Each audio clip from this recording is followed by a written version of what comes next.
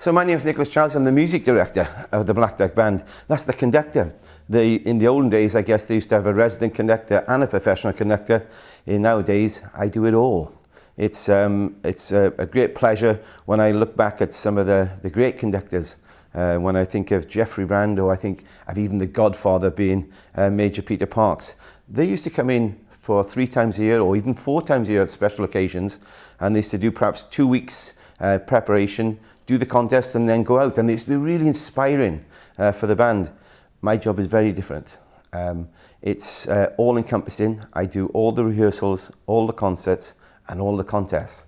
So what that really means in 17 years is I've done over 800 concerts and I've done all of the competitions. And so the band sees me not just for the best 2 weeks, they see me for every week of the year. So brass bands are in my DNA. When I started playing in Tredegar in South Wales, my father was the conductor.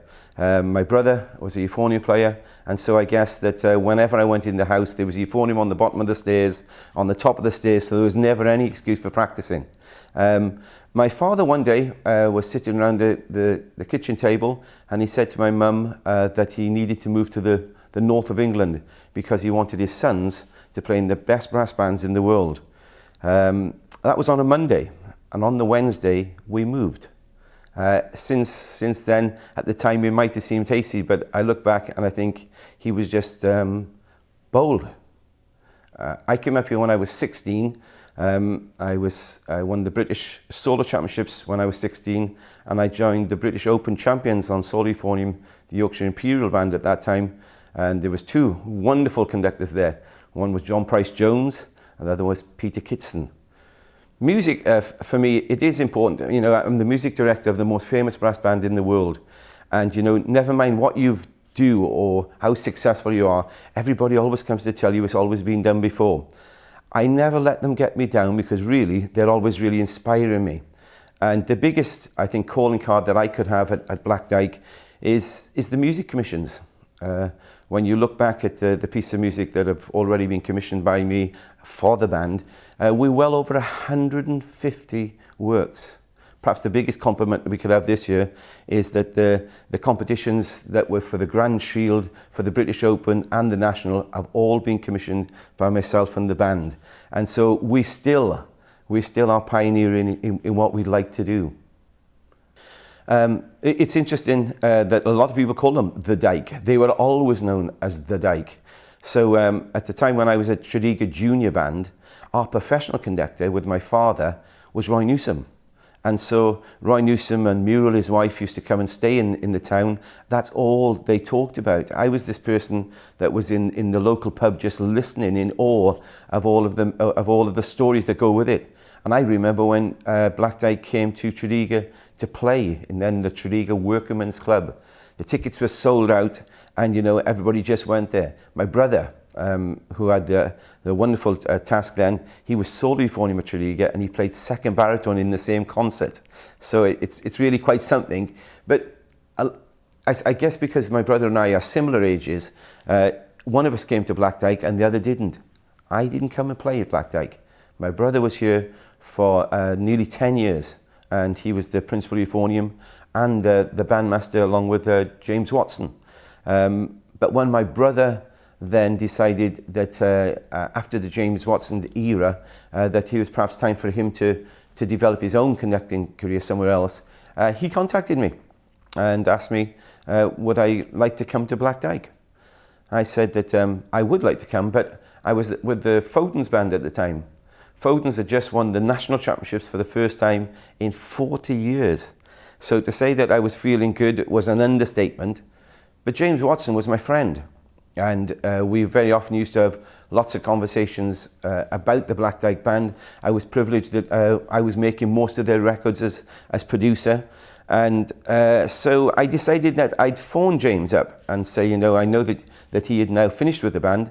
And what did he think about me applying for the job? He said to me at that time that he'd like to ring me back. He rang me back about a day later and said, yeah, I must go for the job because he'd much rather me get it than anyone else. I got the job, and then James didn't speak to me for 3 years. He didn't speak to me for 3 years. But we owe him an enormous amount of work. It's easy to say yes and hard to say no. James, he was a pioneering guy. So when he said he wanted to bring women in, and when 12 people of the band stood up and said that they were going to leave, he stopped them and asked them, hadn't they forgot something? And they turned around and said, no. He said, no, your instruments as well. And when they left, he got another 12 in. I carried on in a similar way when I came to Black Dyke, because they were a tough lot. But when I came to this band, everybody smoked. I was the first person to ban smoking. It's little things now when you look back. But the president of the band was a gentleman called Donald Hanson. What a man. This band owes him a total debt. I'm sure that they wouldn't be here now without him. And you can't say that about many people. Donald was the chief executive and chairman of Bradford and Bingley, and he set everything up here. But his one dream was that he wanted to have a youth band. I explained to him that I had lots of passions about developing youth bands, but I thought to cherry pick the very best players in the area and call it the Black Dyke Band would do nothing for the community. And so I decided that I would form the Yorkshire Youth Band. We'd come together for about 10 weekends a year. All the soloists, myself, would come together, help develop them, then they go back to the community. And I think that's also one of my best calling cards, that we still develop that. Favourite highlights, there are so many of them, I've got to say, because when you consider in the last 15 years we've been to Australia, America numerous times, Bermuda, all the countries you can possibly imagine in Europe. But every time you walk out and the band is sat there and the audience goes quiet and you walk onto the stage, then you get the real feeling as you talk, because every hair on your hand stands up just like this, because even after 17 years, it's still the best job. I'm a big Manchester United fan. This is the Manchester United of banding. If they don't win every competition, they will be back. When I came to the band, it was, you appreciated how much this organisation had in its history. But when I came to the band, I was leaving the national champions, the Foden's band, to come to Black Dyke. They hadn't qualified for London for a number of years, which is crazy, except when we're in Yorkshire. And in Yorkshire, the consistency of best bands are enormous. So I think probably the first national win on Albion will be critical, because never mind how many concerts I do or how much I develop the youth band, concerts are our lifeblood, but competitions are the sport. And in this band, you get hired and fired on how good you are in the competitions. Lots of great trips. Australia was a good one, because I decided to involve a soloist with us. My brother and I, Bob, we were lucky that we toured the world for perhaps 20 weeks a year at one stage. We went to Australia and we were the warm-up act for a gentleman called James Morrison. James could play every instrument, but unlike most people, when he played one instrument, he wasn't quite as good on the other. He was brilliant on everything. In our terms, probably the most popular TV program is perhaps Top Gear. He presents Top Gear. He married Miss Australia, and yet his passion was playing with Black Dyke on that full month. We had a bit of fun because we were travelling every day. We arrived in Perth, finished up in Sydney, but he was fanatical on great sports cars, and he knew that I liked them. I just didn't own one.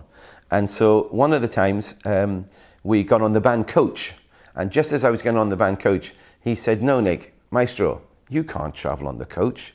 And we went outside and there was the Aston Martin, and we put a little video together, except I got so many emails saying that's terrible. How does Nick think he can travel in an Aston Martin and the band in a coach? They are really good. We're at a time where we've just come back from Switzerland. It's our annual concert that we do in the KKL in Lucerne. I guess it's the difference how you're not always appreciated on your doorstep, but when you go away, very much so. And so in that particular concert, we have 2,500 people, that come to our concert every year. The tickets go on sale in January, and in February there are none left.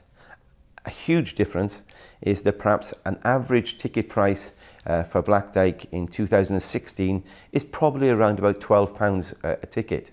In Switzerland this weekend, it was £80. £80, and we play on the Saturday, and very often on the Friday night is the Berlin Philharmonic Orchestra.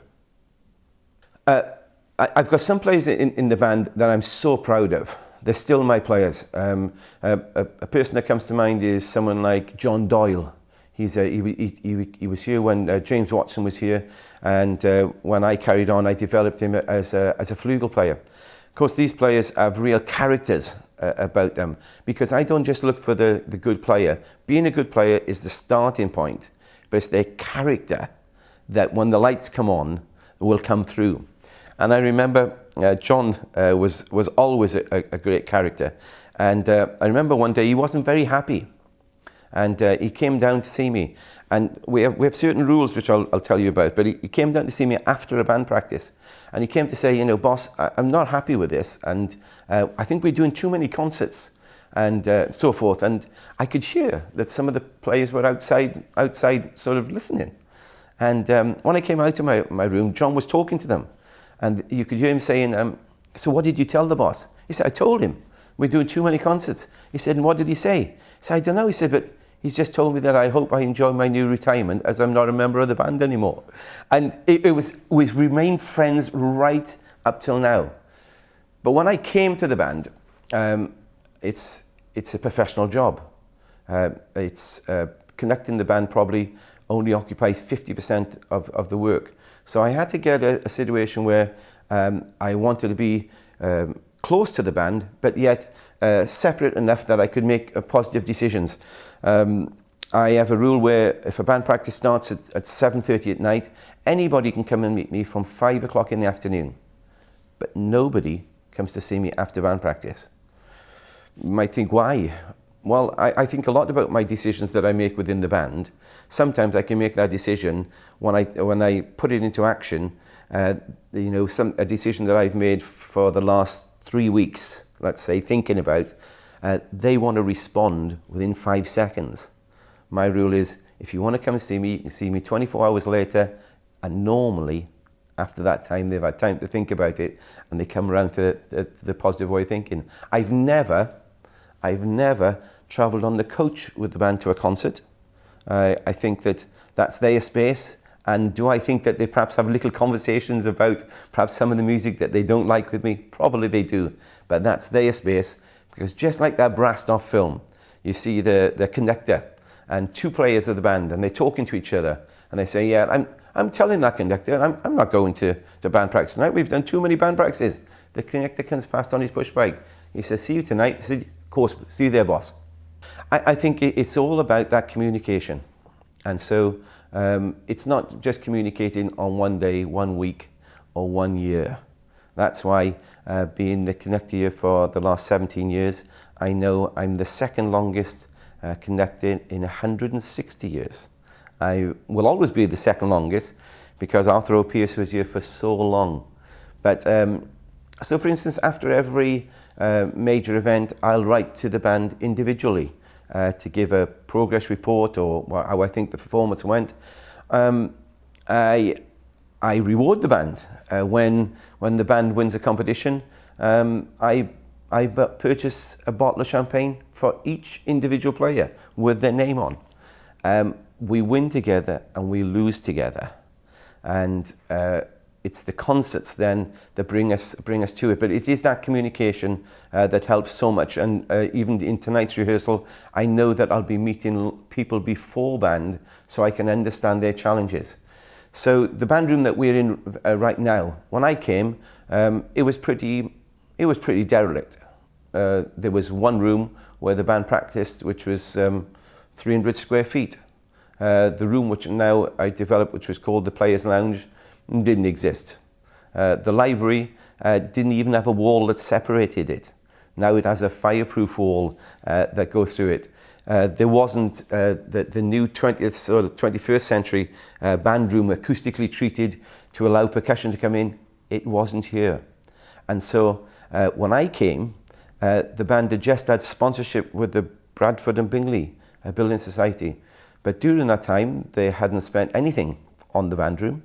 They hadn't developed the building in any shape. Without that sponsorship, in the last 17 years, myself and the band have developed the building totally.